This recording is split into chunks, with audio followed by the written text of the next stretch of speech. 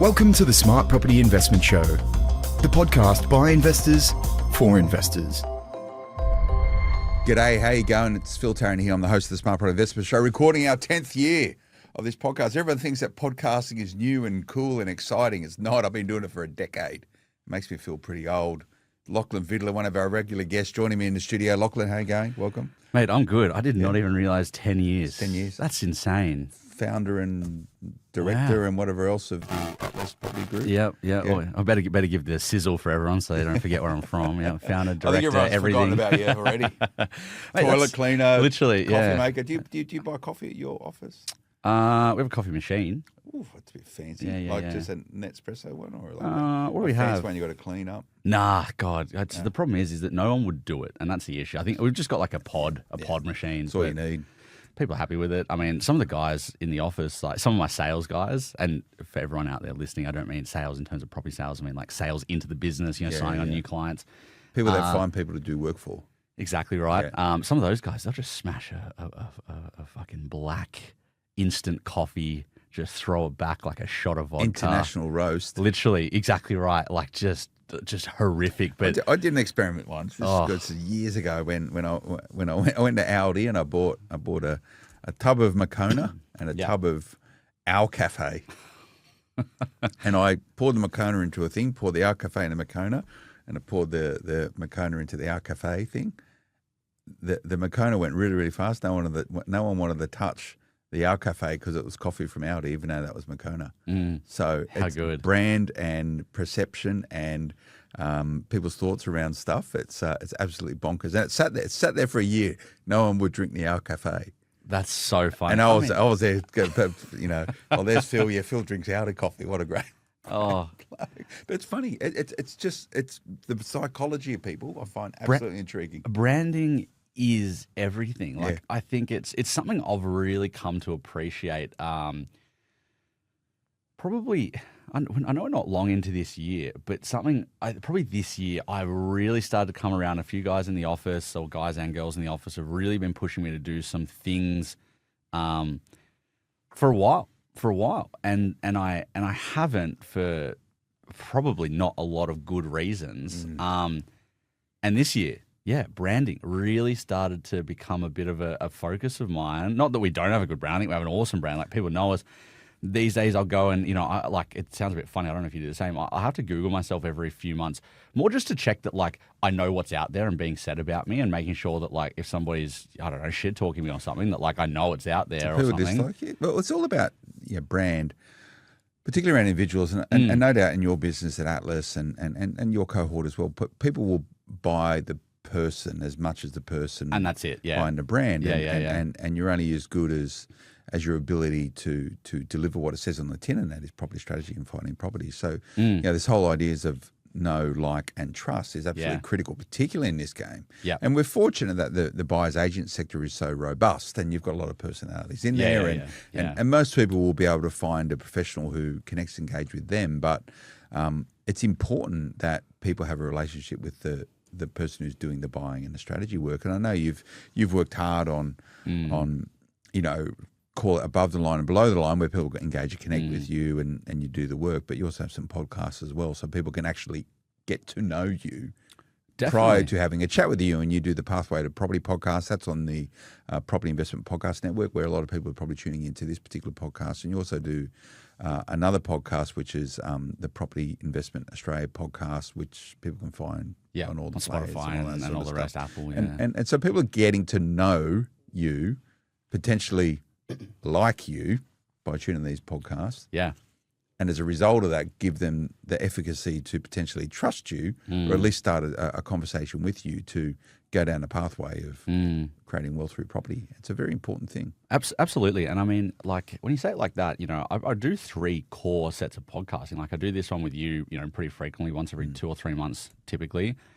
I have the Pathway to Property one, which is my own one, and then I have the Property Investment Australia one, which is also my own one, but I have a co-host. You do that with a mortgage broker, yeah. But it's really interesting if we're talking about branding and all that sort of piece. I mean, we've got a lot to talk about today about what people don't tell you about trying to scale a portfolio, but people do come and talk to me about this stuff, and it's not like I ever sit there, and I've often thought about maybe I need to do some business related stuff. Like a lot of people talk to me about that, just like, why do Aren't you do you this? like some sort of university academic these days, teaching business? I am. Yeah, I am. I've stepped back a little bit of late. Yeah, I've really taught that down, haven't I? So I do teach at the University of New South Wales in the business school. I've stepped back a little bit. Yeah. Amazing school, good stuff there, and that's what I have a love of business, right? And that's why talking about these things, it really does give me a bit of fire. Like I obviously love property, I love that, but I also love business. And talking about those podcasts, like each one has a very different purpose for me. Like this one, I love doing this with you and chatting because we cover some really interesting topics, but like, we get to bounce off each other and we do some really good stuff. And it's a bit more broad in sort of nature in what we do. And then we've got the Pathway to Property one, which I co-host with one of the guys who works for me, Luke. He's awesome at what he does. But the purpose of that one's very different. It's about helping people with their pathway into property. Like, what do you need to know and all that?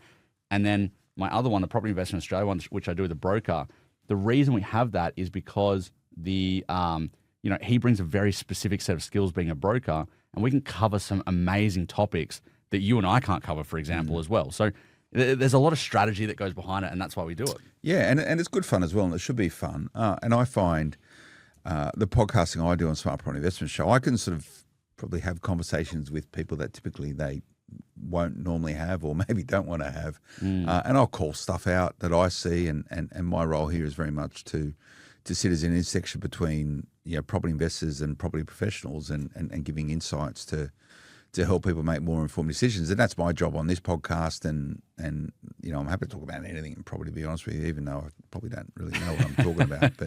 But I see a lot of stuff and I speak to a lot of stuff, and it's probably a very unique position. And one thing I do see, Lachlan, I want to talk to you today about, you sort of touched on it very briefly. Property investment's at a really interesting and important juncture in that social media has catapulted it out of the shadows into the mainstream. Everywhere you go now, there's someone talking about it on social media with a view and opinion on what it is. And look, Australians have a love affair with property. It's a national sport, property alongside with cricket. I was going to say three most important jobs. It used to be captain of the Australian cricket team, followed by the Prime Minister, and now it's followed closely by who's your buyer's agent or who's building your portfolio for you. Absolutely right. And so it's become democratised in many ways, which is great. Very much. Which is great. It's more accessible to people. There's more openness. There's a lot more awareness around property investment as a mechanism for creating wealth creation. But in line with that, and this is the concern that I have, I'm not alarmed by it, but I'm just conscious of it. And I think the industry, the sector, property investors and property professionals need to be conscious of this, is that as it's become democratized and more people have had a voice, the ability for people to potentially communicate misinformation is growing rapidly, and misinformation on one side of it is someone hears something, they think it's factual and therefore they just keep promoting it. To the other extreme is disinformation, where people are deliberately providing false information into the marketplace for a particular aim or objective. So social media is given this mechanism for that to take place. So what we want to do is encapsulate all that is good about the fact that information flows more freely through and into property investment today, but do it with a due course of alarm and awareness. Now, one thing that a practical outcome of that is the fact that it's largely been normalised now, the sentiment that everyone can build massive portfolios. And I'm going to call it out. I'm going to call it out. Most investors, most of the people tuning into this podcast, I'd like to think most people tuning into this podcast will probably do better than most in terms of their wealth creation journey, however many properties that entails. But accessibility to large property portfolios is for a handful of property investors. And that's just going to be the base reality around the machinations and the mechanisms of property investment. Your ability to create money for deposits, which you can then deploy into assets complemented by wealth and leverage. It will get to a point where you're not going to be able to build your portfolio any further than most people, than probably two. And the statistics support that. And the statistics won't change. Won't change. Most Australian property investors will only ever have between one or two properties. So what I want to do is I'm going to normalise that is the way it's going to be for most. And to accept that from an expectation point of view, and make sure you have the right perspective around it, because I don't want people going down this pathway thinking because of what they heard about, with information to democratise, everyone's going to be a property bazillionaire.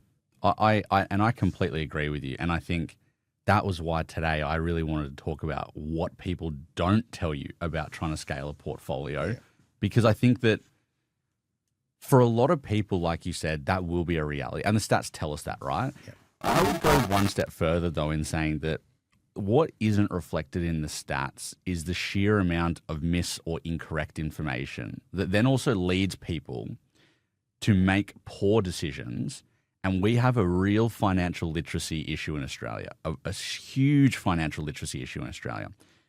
So all those things combine into why most people will only get two. And I think that if they do things like listen to this podcast, surround yourself with good professionals who can help you, you can probably get to 4 or 5 or 6 over your lifetime, right? Not in 10 years, but over 15 or 20 years.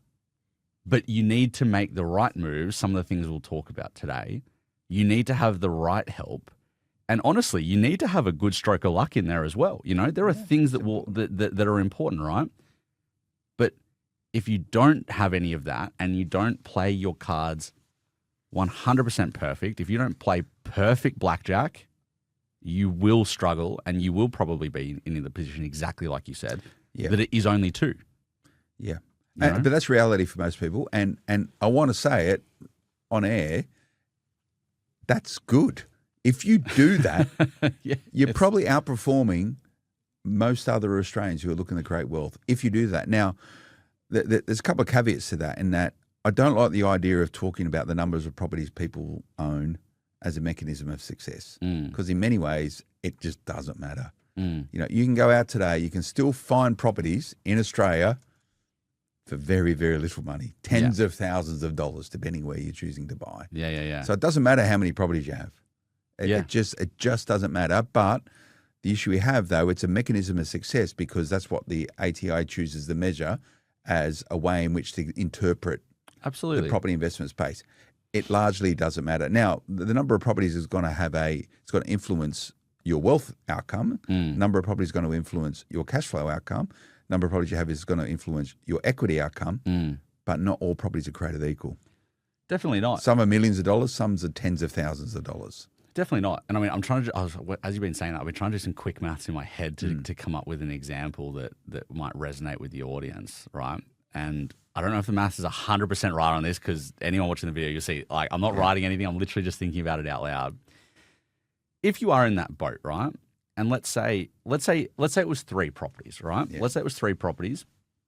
And let's say, given where we're at today, that the age of working is going to extend past, 65 right now? 65, 67. It's in 30 years, it's going to be extended past that, right? So let's, for the sake of the argument, say that you've got a 30-year, you got not lifespan, but you've got a 30-year span of holding 2 investment properties that you own, right? Let's say you can acquire them pretty quickly, but then, I don't know, life gets in the way, you have kids, or you already have kids, and you got all the, whatever, it doesn't really matter. But let's just say that you can only ever get to 3 properties. And let's say that you buy them relatively quickly, right? Let's say they're at 500 a pop. So you have 1.5 mil, right? Yeah. If we go by the idea, true or not, I don't think it really matters, but I think it's a good just benchmark to use for this example.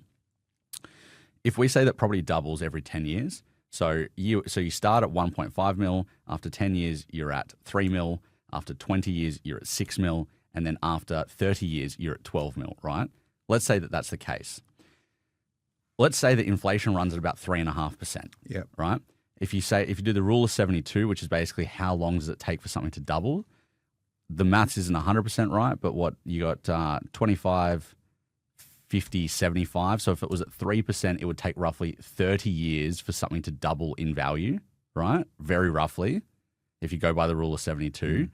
So let's say it's a bit less. Let's say it takes 25 years for goods and services to properly double in value. Which at market inflation, right? Yeah. So you've had something that's gone up from 1.5 million to 12 million against something that's gone from something else to let's say a double and a half over the same period. you can see there's a huge mismatch that even if you only had 3 properties over your entire lifetime and you got 30 years down the road and you're now 70 or something, life expectancy probably gets us up towards 100 now. You could go just liquidate that in all those 3 properties and that's it. And you're going to have an exceptional retirement. I think it's going to be pretty good. And that's putting it into perspective. And that, I would say, is accessible for working everyday Australians. people. And PAYG, But what you're talking about there is retiring off the equity of the investment, probably not retiring off the cash flow, right? Yeah. Cash flow, the rent that is generated, and we're assuming that the debt is paid off over that period of time, right? Yeah. 30 mortgages, you never refinance, you just leave it. And that just goes to show how simple property investment can be. Really? Yeah. Buy 3 properties at $500,000 in your late 30s, early 40s, don't refinance, pay them off, you're probably going to be all right. And how good is that? I mean, like, how good is absolutely. that is, and people are going to go, there's no way in the world that's going to turn into that. Well, just look through history, it will do, right? 1990, the median house price in Sydney was, because I was looking at this the other day, it was either about 190 or it was about 230,000. Yeah. So for those of you that say that it won't happen that way, you are just being a victim to your own bias. It's absolutely crazy. But, back to the point around there's so much information flying around now. You would be led to believe, and I know people argue, and I've had this debate with people prior as well, and you touched on it.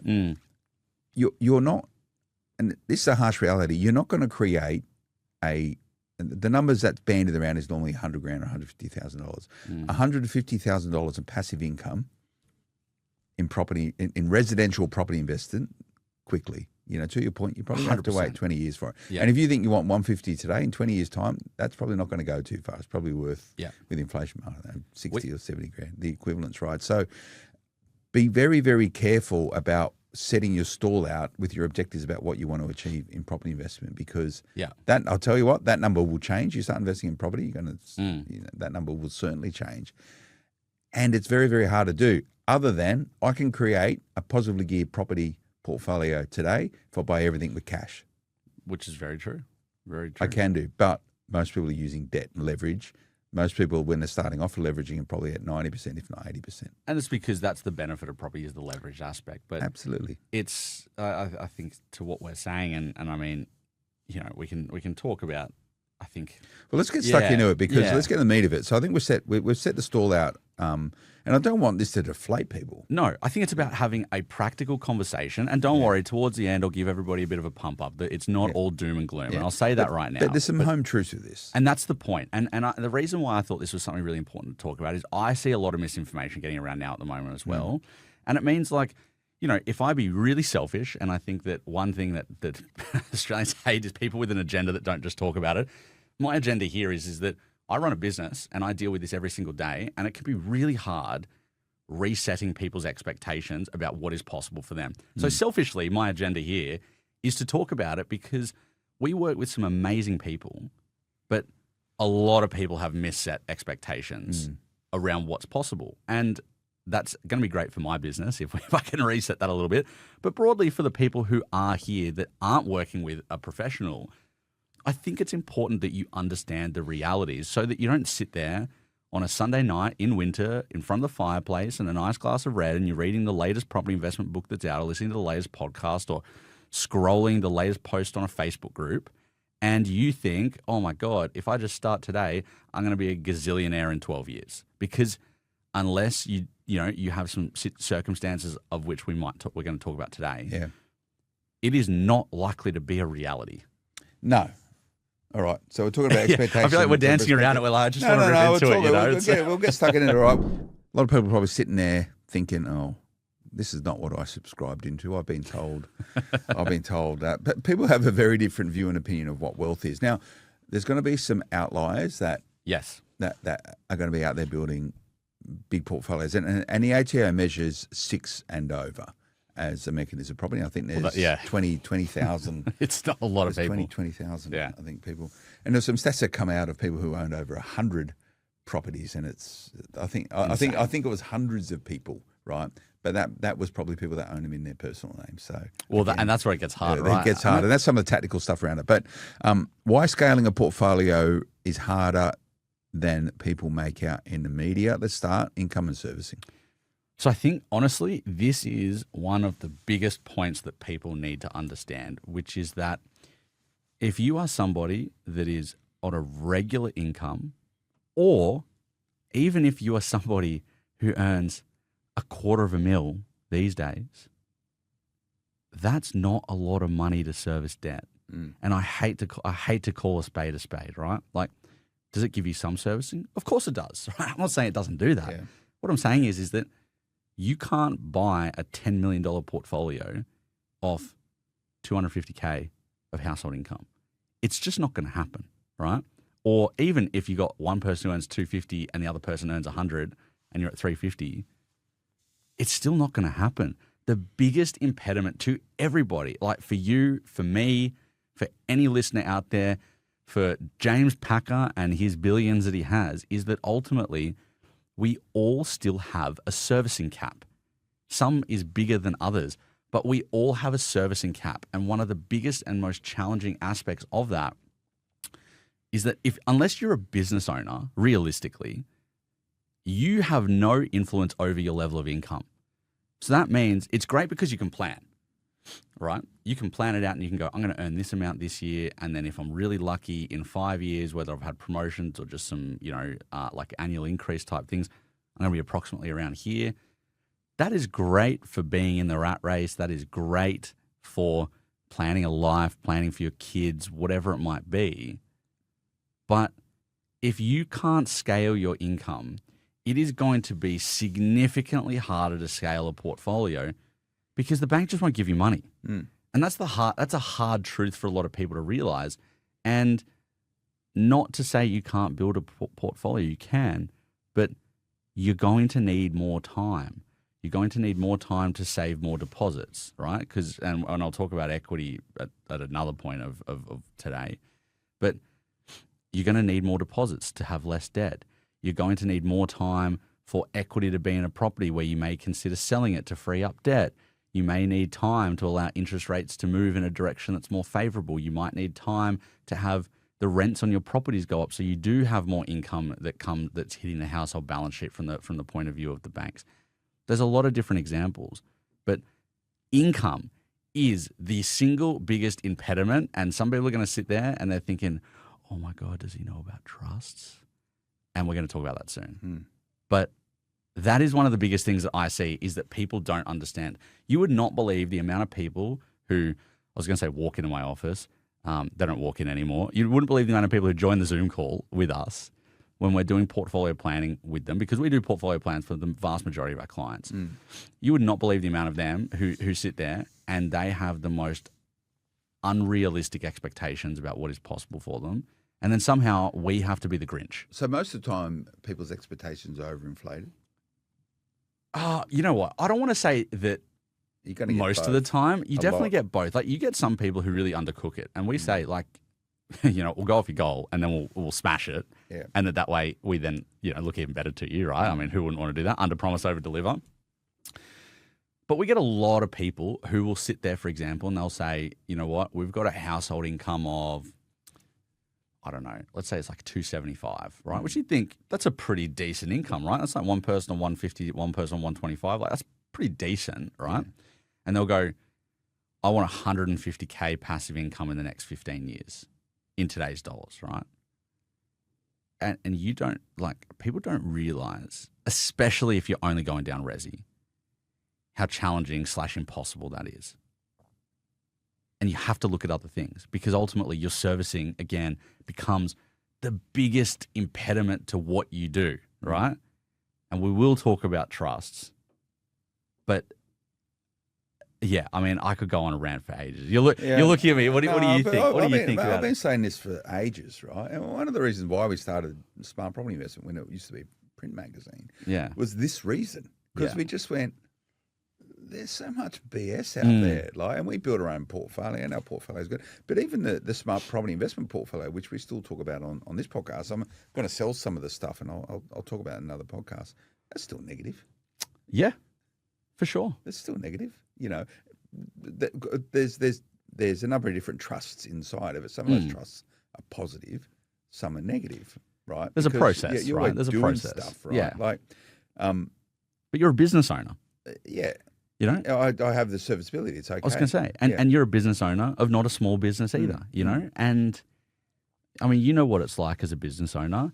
You have periods where you go, you know what, we really want to turn it up. You know, like we know things that we can do that we can add 20 or 30% to last year's results, right? And then you also know, you know what, I don't know, my kids are going to school, I'm moving house, I want to do this, I want to do that. This is a big year for me outside of work. We're just going to tick along. Yeah, and that's okay. But building a passive income, you can do it quickly if you have a lot of cash. What is it? What is it you need? You need time, money. It could be fast. It could be cheap. That's it. Yeah. Or it could be good quality. Yeah, and you can only have two of them. Choose two. Yeah. You know, it can be fast and cheap. Maybe that's how you're going to build.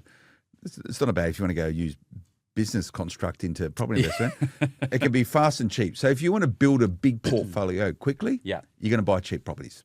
Well, that's it. You're buying the 150K unit in the middle of nowhere that yields like 7%, but it never grows. But you now get to say, I own 20 properties. Yeah. Yeah. If you want to go fast and good, it's not going to be cheap. Exactly right. Because you're going to need big deposits. Exactly big right. deposits or access to capital. And big big income. Yeah. And big income, big income, big deposits, big debt. Yep. Right? Then you want it to be good and fast, is it? No. Then it would be we've turned ourselves around. So it was cheap and fast. Fast and good. Fast and good. So it's got to be and then it's cheap and good. Cheap and good. Well, it's probably not going to exist. It's not going to be fast. There's something to it. But actually, you know what though? Cheap and good. I'll give you an example. Right. That could be something like for example, parts of Victoria right now. Yeah. Where you're going. You know what? Cheap and good. You know what? It's cheap. Long term, it's good. But it's not going to be fast. It's not going to be fast. It's not going to be fast. Right. There you go. And so there's your, and use this. It's actually really good. It's actually really good methodology, man. Whatever you call it, like a construct to actually look at stuff because this can all be achievable. To actually go fast, good, cheap, is hard. And the point being, if you want to go down that pathway of building a really good, a really large portfolio with heaps of cash flow and heaps of equity, you're going to have to be pretty much a full-time property investor. You're not going to have time to do other things. I've got an example for you. Yeah. I was scrolling through Instagram last night and I saw this. And no, I don't believe everything I read on the internet. But I think everyone can read between the lines that even if the numbers aren't 100% correct, that the spirit of what I'm saying is true, right? The spirit. It's the spirit, right? It's like sport, the spirit, the laws of the game, spirit of the laws of the game, cricket, right? Is it within the spirit of the game, right? We've just recently had the kickoff of the F1 season, right? We just had the Melbourne Grand Prix. I don't know if you saw much, if you saw it at all. If you're a fan. I went to it last year. Oh, me too. Yeah, and I got invited to it again this year, and I'm not going to that. And I'm happy I didn't when I saw the weather. I know I just wouldn't want to deal with that. I was so busy, I had to cancel. I couldn't go. I had to. I love the F1. I was very sad about it. But the reason why I bring this up is the idea of time, like good, cheap, or fast, right? Yeah. Red Bull Racing. Right. For anybody who doesn't know, Red Bull Racing, one of the biggest teams in F1, arguably one of the most successful as well. They used to be Jaguar Racing, right? I think it was about 2004 roughly, and this is what I was reading last night, which I've read it before, but it was a nice Instagram. It was nice and succinct, which was good. They used to be Jaguar Racing. I'm sure everybody's heard of Jaguar as a car brand, right? Yeah. Very famous, very good, but Jaguar Racing was terrible. They were running at huge losses. Hundreds of millions of dollars a year of losses. It just wasn't going very well, right? So Jag said, you know what, we got to get out. Actually, I think it was Ford owned it, and Jag was just what they called the team, right? They said we have to get out because it's just not worth it. It's not working out for us, right? They said they sold the team to Red Bull for $1, but the catch was that Red Bull had to take over all the operating costs, which was hundreds of millions of dollars, and not a cheap endeavor, right? So what they said was, we'll do it and we'll take it over. But Red Bull had a plan, right? They knew that they could get a team for cheap, sort of, in inverted commas, being $1. They had the back end costs, of course, but on face value, cheap. But they knew that they needed a plan to be able to cover the operating costs and to get the team into a winning space, right? So what did Red Bull do? They didn't just come in and just, oh God, we just got to pay the operating expenses and maybe it'll turn itself around. They doubled, tripled, probably quadrupled down, and they turned it into the biggest marketing machine in probably sports history, because Red Bull already had that reputation for extreme sports and stuff. Anyway, they doubled down, they went hard, and then in only 6 years, I think that was the first time that they won a championship with Sebastian Vettel was 2010. So in 6 years, or about 6 years, they turned it around and they took a team that was hopeless into a world championship team that then won consecutively. I think it was 2010. I don't think it was 2014. I've got 2014 in my head. But the point of my story is that in not a lot of time, but still some time, they got there, but they had to invest money and they had to back themselves and they had to do it. And that was the only reason they got it there. And now it's worth, I think last time I saw it was like $3.5 billion, right? Yeah. The Red Bull Racing team, right? Yeah. But hyper-focused, hyper-talented. Exactly right. All the right people, the right professionals, time, energy and effort, commitment, everything driving it forward. It's a full-time. To do that properly, exactly right. It's a full-time job. But, taking it back to property, they had capital, they had a plan, they had a strategy, they knew what they had to do, they knew it wasn't going to happen overnight, but they had an ability to be unusual considering some F1 teams have been, at that point, they've been around for decades and decades and decades.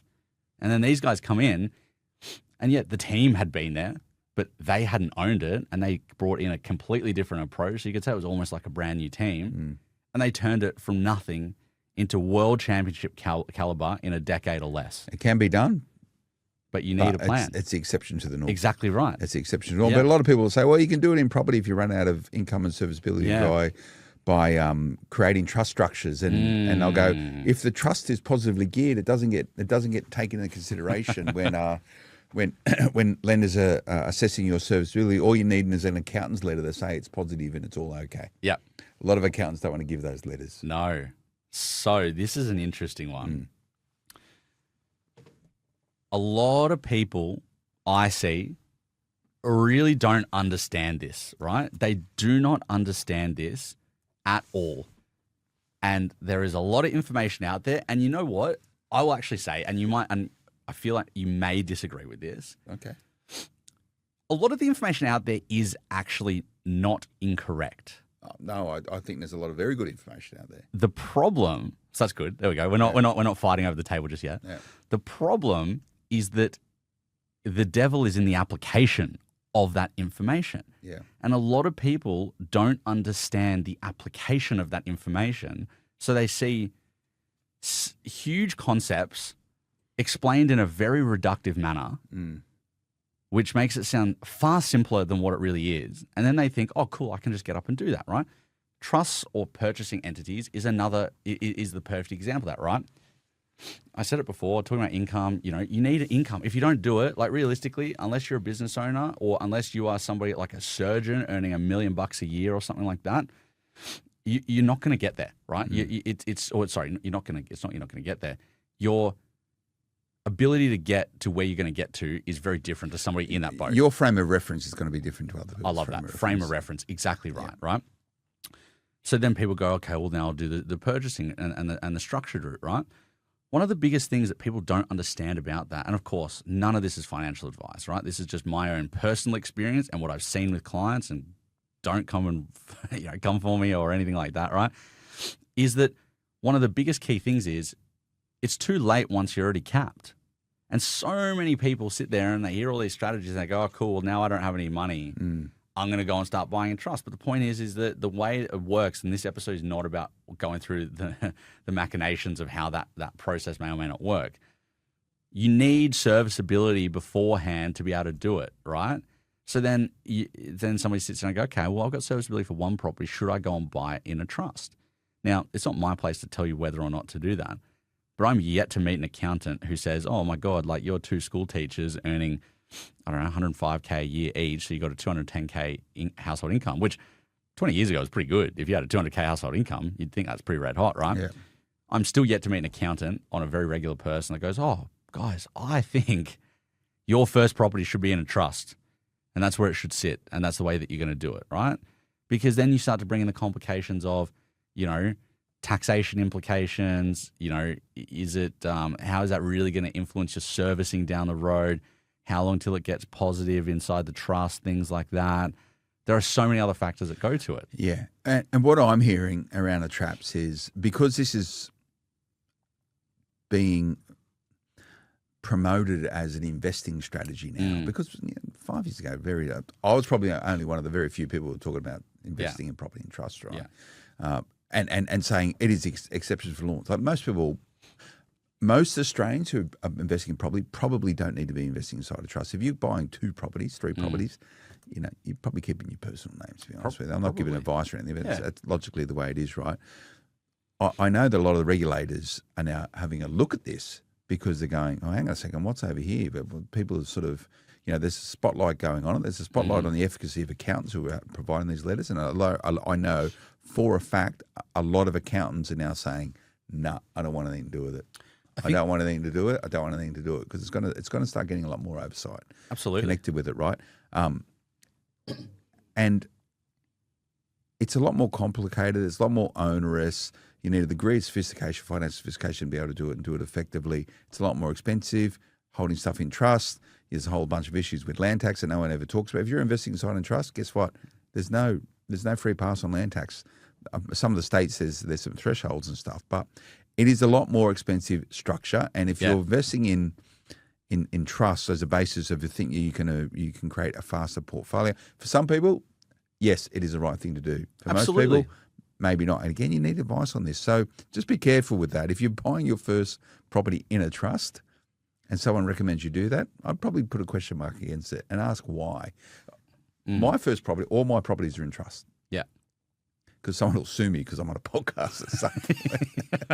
but I do it for, I say that jokingly, but I do it for, not for the issue of serviceability. I do it through asset protection. Yeah. Which is traditionally why a lot of people do that anyway. But one of the other reasons why scaling a portfolio is harder than what the media would have you believe is that most people don't portfolio plan. They just don't. It's hard to plan a portfolio from the get-go, and there's an argument saying, I've never planned my portfolio, it just sort of happened. But you would say that you can get much better outcomes if you're tighter on serviceability, if you're looking to move faster, or you don't have the borrowing power and clout, you need portfolio planning. I absolutely do think it's important, but I also think it's about eras or times. Yeah. Like when you started it, it was a very different point in time, and it was a very different approach. And like I would say, for the most part, mistakes were potentially a little bit more forgiving when it happened when you started the big portfolio for yourself. More in the sense of like lending was a little bit easier. Things in that nature was really easy. That's what I mean, right? So if things didn't go well, there was some elements to it that maybe it may have been a bit more forgiving. Whereas I think now we are in a different place, and it's not about comparing. And it's not like you started 30 years ago. We're not having the argument. Investing, 15? No, probably 12 or 13. 12 or 13, yeah. So it's certainly not an argument of like, whose generation had it hard, the classic, did our grandparents have it harder kind of thing. It's definitely not about that, but I think it's about that as time goes on, certain things change, and it's important to go with that. And I think that portfolio planning is a very important thing now, because I don't have a stat to support this, but I would say that, like on average, investors seem more sophisticated. Right? Like your average mum and dad investor is a bit more sophisticated. I completely agree. There's more information out there, but things are also harder. Servicing is harder. Lending is harder. Like we have greater access to information, which means that like beforehand, markets were, it was easy to find markets where you might know something that other people didn't. But now data and information is far more accessible, right? So there are things that make it a different time today, and in another 5 or 10 years, there'll probably be some other structural changes that make it difficult as well.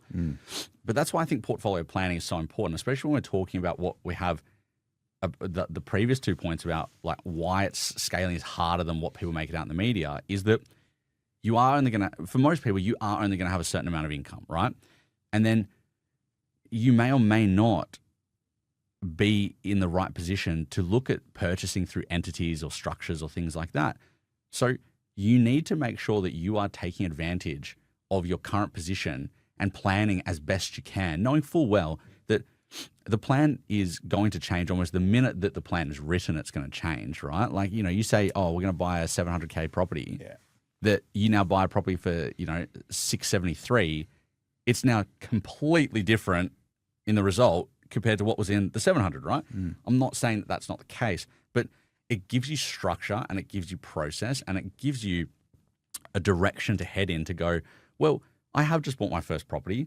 I now know theoretically what my second one is going to look like, and theoretically the time frame that I may be looking at my second one.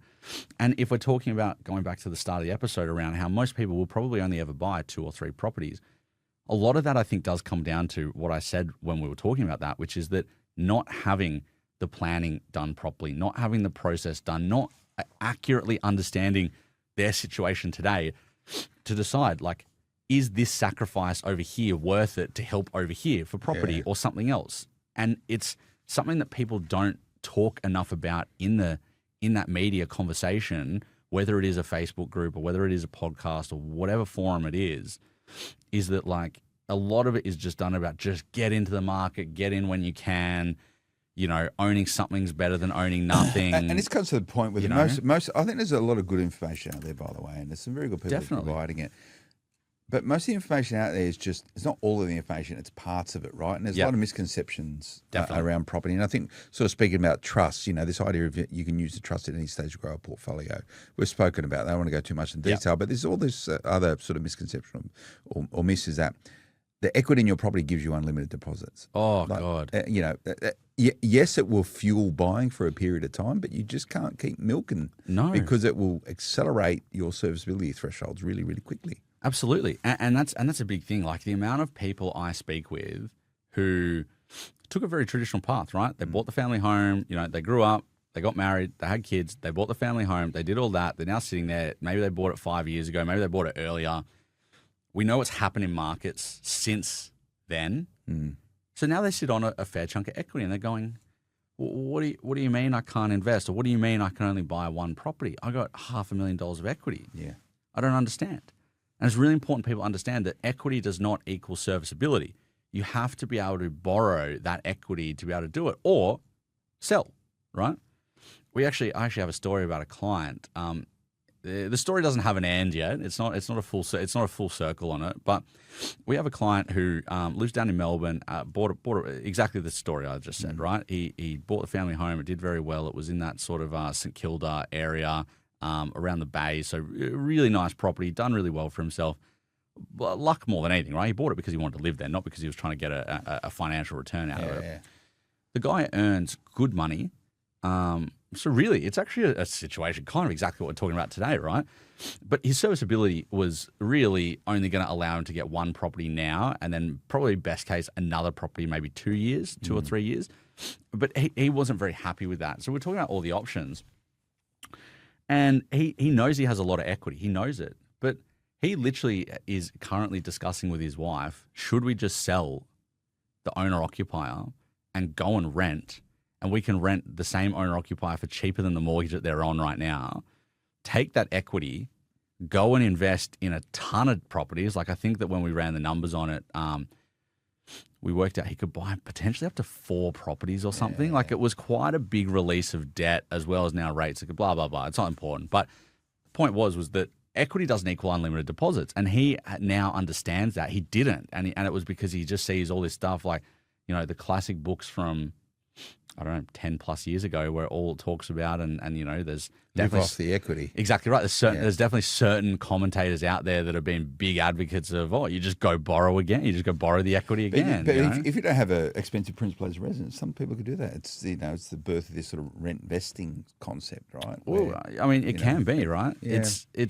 But yeah, I think on the point, it's that one of the biggest misconceptions I want to bust on or myth bust on is that, equity does not equal unlimited deposits. Equity is amazing, and in 30 years when your grandkids are running around the house or whatever it is, you're probably going to be very grateful you own your home, but that doesn't necessarily equate to I can now go and take $500K of equity and buy 5 properties with $100K deposits on each one. Yeah. There you go. And one of the other things also, and we're talking about equity, the other sort of aspect of property investment is cash flow. So a lot of people think, well, I can continue to build a big portfolio because I can offset, the equity creating stuff with niche assets to offset the cash flow stuff. Right? Like this is another big myth. Yeah. I mean, do you have a view? Yeah, I do. I have a big view on this. Like, I see a lot of people come in and the classic are things like, I want like defense housing, I want NDIS, I want to go buy like a stack of cheap properties in the middle of nowhere and then get like, 9%, 10% yields, things like that. What other ones? Just things like of that nature. Like I'm sure people can fill in the blanks, that sort of thing. And they go, oh, it's because like I got some like other properties over here and then the bank won't let me borrow any more except for this one more property. But if I can show a ton more cash flow and like offset some of the losses, I'll be sweet, right? But the problem is that people get a very singular kind of focus and they don't really understand the pros and cons. Like, for example, a lot of banks will cap your rental yield. So you might get 9% yield, but they might only take 6% of it, right? So suddenly you've just dropped out half the point of why you did it. And yeah, cool, maybe your portfolio doesn't have as much of a cash outflow. So from a functional point of view, that's good. But from the point of view of building a portfolio or continuing to build it, it hasn't helped you whatsoever, right? Yeah. Really has not added anything to the mix. So like that's one issue that comes from it. Second issue that you see is that there is a risk return spectrum, right? So the higher the risk, the higher return, right? So typically the reason why you see big cash flow in any type of asset is either because there's big risk or because there's going to be limited growth. And you really have to think about your risk profile on one side of that coin. And on the other side of the coin, you then have to think about, well, if this property stays at the same value and I pocket 10 grand a year, is that really helpful? And this is the point, trying to be clever and crafty. Now, there's some good strategies around pigeon pairing properties where you might have a high capital growth property complemented with a high cash flow property and combine it together. They serve the purpose of supporting from a cash flow point of view the high capital growth. But what we're talking about is fringes of that, like the extremes of the outside of it. And you just got to be careful of that. That's why you need some good advice. And a lot of people tuning in this thinking, why are these guys taking such a contrarian view to property investing? Why are they talking it down? This is really just framing expectations for most property investors, for your average property investor, and giving perspective of what is achievable. But there are practical realities to scaling a portfolio and stuff that is tried and tested. And I would say, and I have no stats on this to back it up, but people who have tuned into the Smart Property Investment Show for the 10 years we've been doing it, I would say probably outperform the average because they're investing time, energy, effort in their education to shape their attitudes to property investing and learning from people about how to go about doing it. That's just, I have no evidence to back it up, but anecdotally, I think you've probably got people who have been tuning in this podcast are probably know the practical realities of scaling a portfolio and one of those Lachlan long-term portfolio planning strategy which we spoke about, practical realities around income, practical realities around the structures at the right time, practical realities around the ability to pivot, being nimble and agile in your property investing. There's 4 really good points, right? And I know it's never too late if you feel as though you've got it wrong or it might not be working as well as it possibly can do. And this is how a lot of people find this portfolio, is that it's okay to review your portfolio. You should be reviewing your portfolio. I know that's probably where you start your journey with a lot of people. Yeah, it really is. And it's something that we've launched very recently is we're now actually conducting very detailed, in-depth portfolio reviews for people. So it actually started out of our business partners because it was a great way for their clients to get an introduction to us, especially if they weren't ready to purchase property just yet. But now we've opened it up to the general public, and we probably do, 10 to 15 of these. So people month. Just call you up going, hey, I'd absolutely help. Absolutely. So it is very in depth. This isn't just like you get like a 3-page document back and you go, oh yeah, like, yep, hooray, you're good.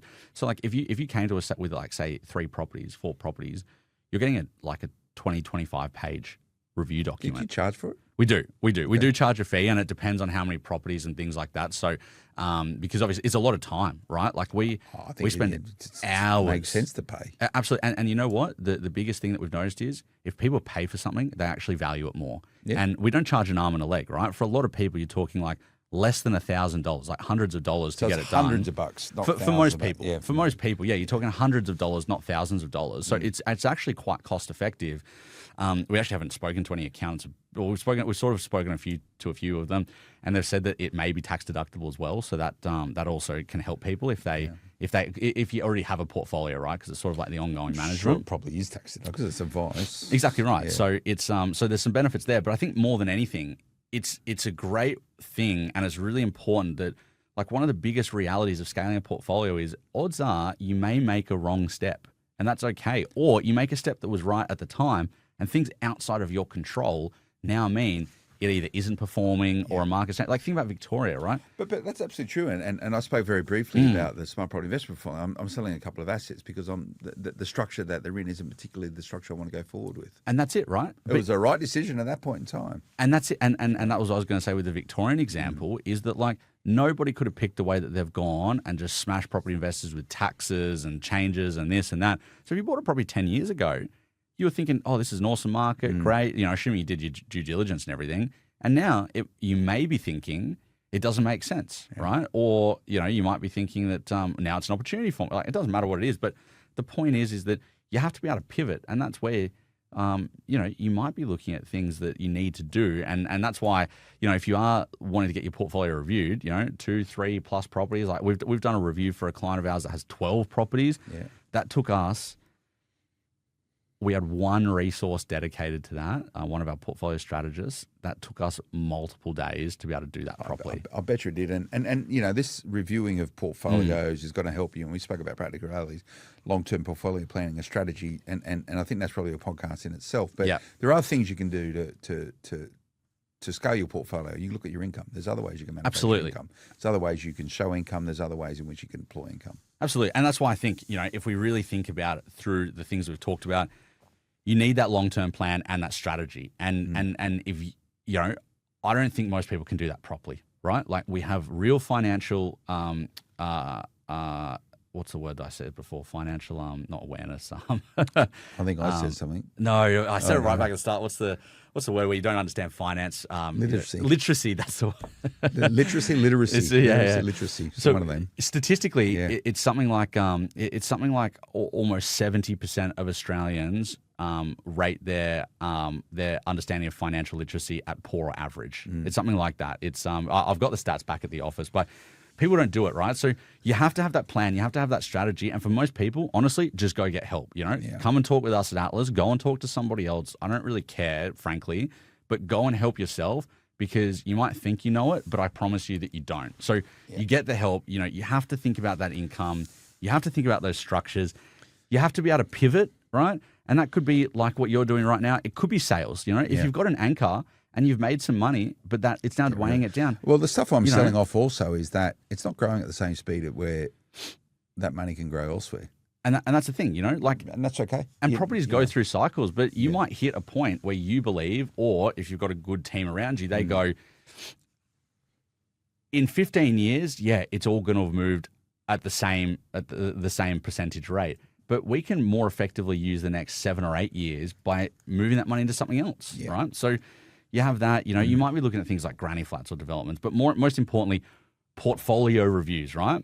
And then finally, you need to start now, right? Like, the heat in the market post this interest rate cut is like literally fucking wild. That is the best explanation I can give. We'll have to bleep that out. We don't swear on this podcast. I'm sorry, bleep me out. But it is insane, right? And it has been brewing since the end of last year. So things have picked up. It is insane, right? Like, it is so hot, and anybody that says different is probably in markets where it's just not really having a... It's good to hear, because that's one of the reasons why I decided to sell now after the first interest rate cut. It's just like, and it's only going to compound. Like, and the thing is, if you're on a purchasing journey, especially if you don't have a team around you just yet, it's going to take you months to be ready and to do it, right? Like, you got to go find who's going to be on your team, right? Like, hint, hint, come talk to us at Atlas, and you don't need to talk to anyone There are many other else. good buys, eh? But whoever it is, right? Yeah. You need to find your team. You then need to work out your borrowing. You then need to get your pre-approval. You then, if you are in structures, you might need to do that. If you're not, you then now need to jump straight into where am I going to buy? And if you're doing it yourself, that's going to take time. If you're with a professional, it's still going to take some time. You then have to find the asset. Like, it's going to be a 3 or 4 month journey. And if you keep waiting and there are more cuts that are going to be coming, you are going to put yourself up the creek without a paddle. And that's the reality of it, right? So you need to move. Otherwise, you are going to get left behind. That's the reality. And that's the last thing you want.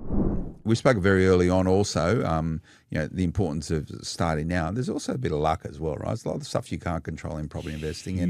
And when you notice that the wind is behind you, typically try and capitalize, and it might shape and change how quickly you want to move, right? Like, if things have shifted and there's an opportunity there, take the luck, take the luck and get stuck with it. But one other thing before we sign off, Lachlan, around scaling a portfolio, we have touched on, but we've spoken largely around investing in trusts for the purpose of scaling a portfolio outside of superannuation. So typically what would I see happen is that, let's call them your average property investor. They own 2 to 3 properties, maybe 4. They buy a couple in their own personal names or within a family unit. There might be one in one name, one in the other name, et cetera, get whatever the exceptions are around it. And then they get to the point where they tap out on serviceability. The obvious next choice, typically, if they've been working for a long time, that they look at potentially setting up a self-managed super fund and buying a couple of assets inside of it. That's a tried and tested pathway. 10 to 15 years ago, there's a big deal around this. There's a lot of people who were spruiking this stuff, and some of them, I think, went to jail because what they were doing was wrong. Investing inside a super fund has a lot of oversight and compliance and rules and governance and everything around it. So if you need to have a degree of financial sophistication to do it. However, that said, a good accountant, auditors and all that sort of stuff can help you with it.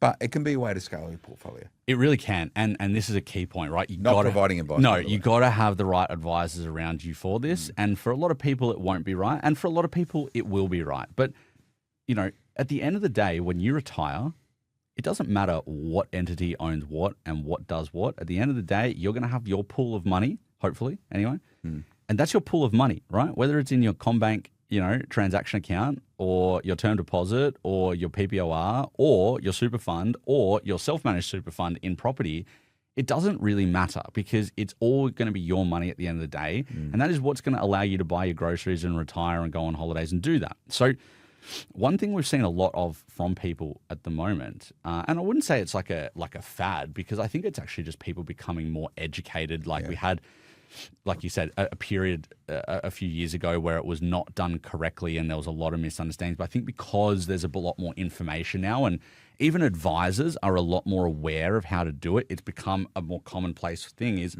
if you can only buy 2 or 3 properties in your personal name, but you could go and add another 1 or 2 properties via your super fund over your working life. I'm not saying you need to go into it 2 properties straight away. You now own 5 properties. It's not in Lachlan Vidler's name or Phil Tarrant's name, but it's controlled by us and it is owned by us, right? So we are seeing a lot of clients where serviceability is capped or whatever it might be, or you think like if you've been working for 10 years, I would say most people are going to be approaching 100K super balance, right? Combined with some returns in there. If you started working at 23, 24 in a proper job, by the time you're mid-30s, you're probably going to have 100K in your super fund, right? Roughly, right? Let's say you're now a couple. Well, now you've got 200K. Go a few more years, right? Not saying, you just hit 200K, it's the right time to go or anything. But I'm sure people can read between the lines of what I'm saying, that in not too long of a period, you now might be able to buy another property and you can do it via super, and your personal servicing has nothing to do with it. But you've now added into your overall portfolio, just touch the mic, I hope that doesn't come through.